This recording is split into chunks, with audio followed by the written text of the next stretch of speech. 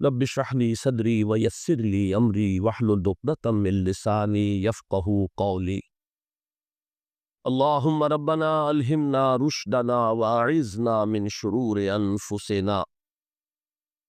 اللهم ارحمنا بالقرآن العظيم. اللهم اجعله لنا اماما ونورا وهدى ورحمة. اللهم ذكرنا منه ما نسينا وعلمنا منه ما جهلنا وارزقنا تلاوته آناء الليل وآناء النهار واجعله لنا حجة یا رب العالمین آمین۔ بڑا گہرا تعلق ہے، اول و آخر کا تعلق ہی۔ پہلی آیت میں مجرد رمضان روزے کی جو فضیلت بیان کی گئی تھی یا حکمت، آیت کیا تھی؟ تقوی۔ یہ تقوی کا معیار ہے۔ تقوی جو ہے ظواہر کی بنیاد پر نہیں ہے، اگرچہ ظاہر بات ہے کہ ظواہر بھی دین کا حصہ ہے۔ حضور کی سوادہ خطا اختیار کرنا یقیناً ایک نیکی کا کام ہے، ہر چیز میں حضور کے نقش قدم پر چلنا، لیکن یہ ظواہر پر نہیں ہے۔ کب کا تقوی دل میں ہو، التقوی ہا ہونا، التقوی ہا ہونا، التقوی ہا۔ 3 مرتبہ حضور نے اپنے سینہ مبارک اور قلب مبارک کی طرف اشارہ کر کے فرمایا تقوی یہاں ہوتا ہے، تقوی یہاں ہو۔ جب یہاں ہوگا تو پورے وجود میں سیاحت کر جائے گا۔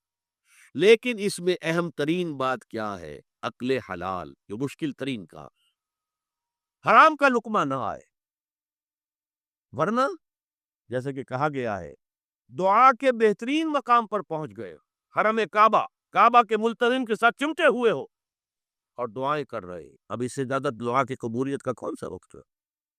یا آپ کھڑے ہو گئے جبل رحمت کے اوپر سب سے اونچے مقام پر جا کر، اور آپ نے 2 گھنٹے سے ہاتھ اٹھائے ہوئے اے اللہ یا رب یا رب، لیکن حضور نے فرمایا کہ ایسے بہت سے لوگ ہیں، رجل یطیل السفر اشخص اغبرا، ایک شخص ہے سفر کی وجہ سے بہت لمبا سفر کر کے دربادہ تھکا بازا ہے، اور اس کا وہ احرام جو ہے وہ بھی میلا کچیلا ہو چکا ہے۔ ظاہر بات ہے آج کی بات نہیں ہو رہی ہے، جبکہ آپ 4 گھنٹے میں تو پہنچ گئے جدہ، اور پھر 2 گھنٹے میں مکہ پہنچ گئے، اور جا کر پھر 2 گھنٹے میں آپ نے جو ہے عمرہ کیا اور بات چھٹی، احرام کھل گیا۔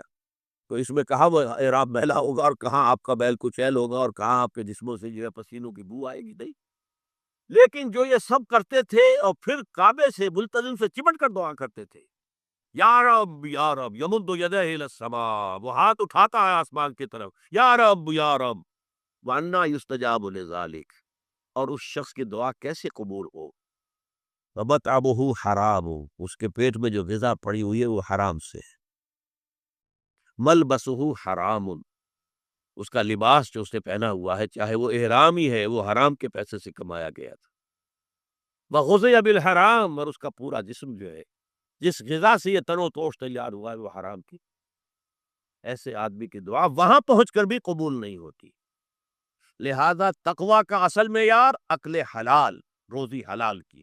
اگر یہ نہیں ہے تو آپ نے متقیوں کی شکل بنا لی، اور بہت ہی آپ نے اپنے ظاہر کو جو ہے بہت آراستہ بیراستہ کر لیا سنت رسول سے، لیکن اللہ کی نگاہوں میں اس کی کوئی قدر و قیمت نہیں ہوگی جب تک کہ آپ کا رزق حلال کا نہ ہو۔